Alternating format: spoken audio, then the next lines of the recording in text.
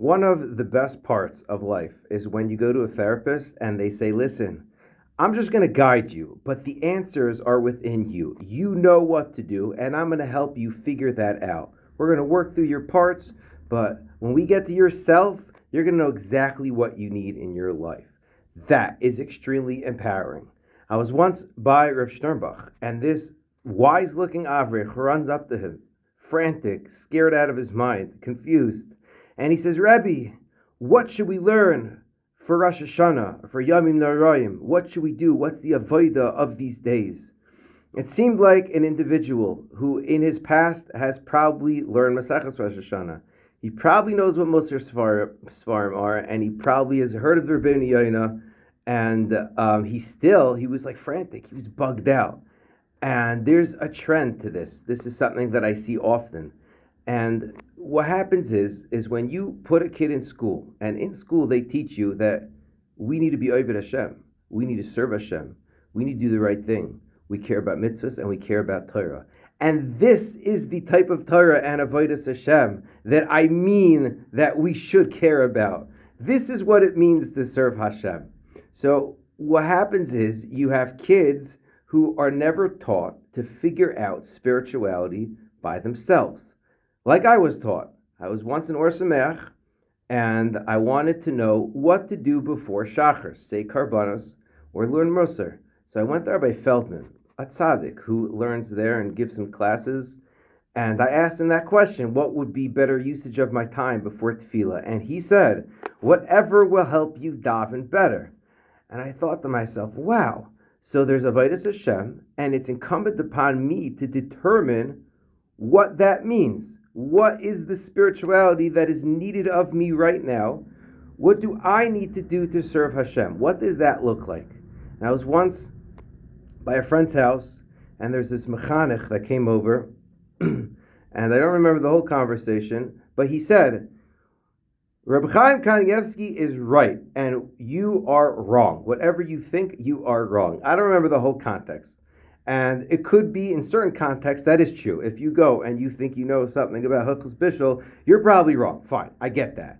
But what he was referring to is he was talking about a conversation with his Talmidim, where he was saying this to his Talmidim. And the biggest problem with that is that kids might, for sure, will get the wrong message, meaning whatever I know about spirituality is wrong. I can't trust myself. I can't trust, we say, Baruch Atah Hashem Elokeinu. Hashem is our God. That means He's inside of me. That means it's something that's real and tangible.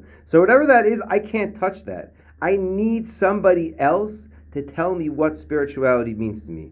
In a way that's very Jewish, because, right, we have Chazal, we have Shulchan Aruch, we have Tzaddikim, and we do need them to tell us what to do. But we need to be human enough and in touch with ourselves enough to think about what we need to do and then present a case, present our idea to the Einei Ha'eda, the eyes of the congregation, as is the term used for the Chachamim. And if you just use your eyes, right, you are going to get hurt, right? You need to use your ears, and you need to smell food so it's not rotten. You can't just bite something after seeing it. So yes, there is a histaklos, and there's a big picture, and this is Shulchan Aruch. What I'm suggesting here is that we need to know and be taught how to apply these ideas in the Shulchan Aruch and to determine for ourselves what the spirituality that we need to connect to looks like. There are a couple ways to do this. One way, something I got from one of my Rebbeim, is that anytime you asked him a question, he would ask you, what do you think? Be like, whoa, weird question. Like, who does stuff like that? And then you think of an answer, be like, oh, he waited there. And I would say an answer. And I remember on more than one occasion, he's like, yeah, I'd probably say the same thing. I think that's a good svara. I was like, what? I thought of that svara? He was going to say that same svara, but he made me think about it first. So that is one thing we could do with our kids. Ask your kids for their opinion. When they ask you a halachic shaila, they ask you something about Hashem, they ask you about ruchnius, ask them, what do you think? And the answers will blow your mind, completely blow your mind. There's one more point I just wanted to point out over here, is that, another important thing to realize is do not be mezalzel in different types of avodah. When kids hear you being mizalsel or making fun of this type of Jew or this type of thing, it turns them off, meaning like, oh, it's my way or the highway. So this is, it's just chaval, because you're missing out. And nowadays, if a person's like, well, I only learn this because this is my Masorah, I only learn this because this is it, you're mamash just missing out. That's like, it's just really sad. So to realize that the Torah is here to answer our questions. And a lot of times we have to make decisions. If the reason why I'm going to Daf Yomi is because I believe it's going to get me Olam Haba, a better life or whatnot, but I'm struggling with severe anger issues, and for that I'm going to a therapist.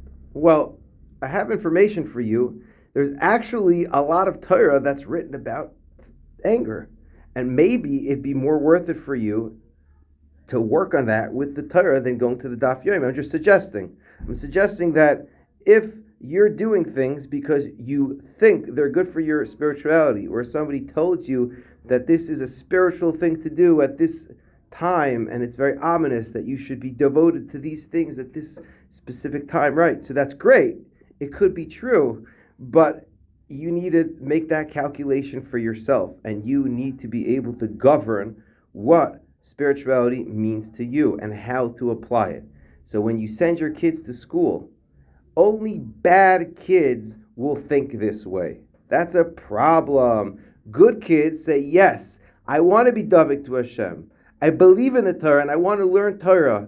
And learning Torah means to me exactly what you were telling me.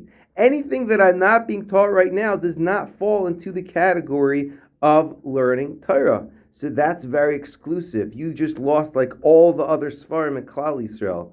So when you have a problem, you Google it, you can get the Mar Makom and pick up a sefer that's going to connect you right now to Hashem. Use your brain, make a decision. What right now does Hashem need from me? Do I need to learn in order to serve Him better? We have to teach this to ourselves also. And when we become governing and sovereign individuals in terms of our spirituality, our kids will also be able to do that. Plus, we have to ask them questions, and plus, we can't diss other types of Jews. We have to realize that it's all good. Even, I forgot who it was, the Tzemach Tzedek said about the Gra that it was good that the Goyin put the Balatanya in Cherem, right? You hear this? It was a good thing, because otherwise the Hasidim would have went way out of hand. It would have got, the whole movement wouldn't have worked out, says the Tzemach Tzedek. So now we're way after that. We have tons of Sfarim. Walk into a shul you've never been to, take a sefer, and maybe it will help you more. Maybe that will be what you need to serve Hashem. There's so much Torah out there. So let's keep our minds open and let's be responsible and take our spirituality into our own hands. If we have no idea what it means to serve Hashem, then that is the first step of determining what we need to do for this coming year.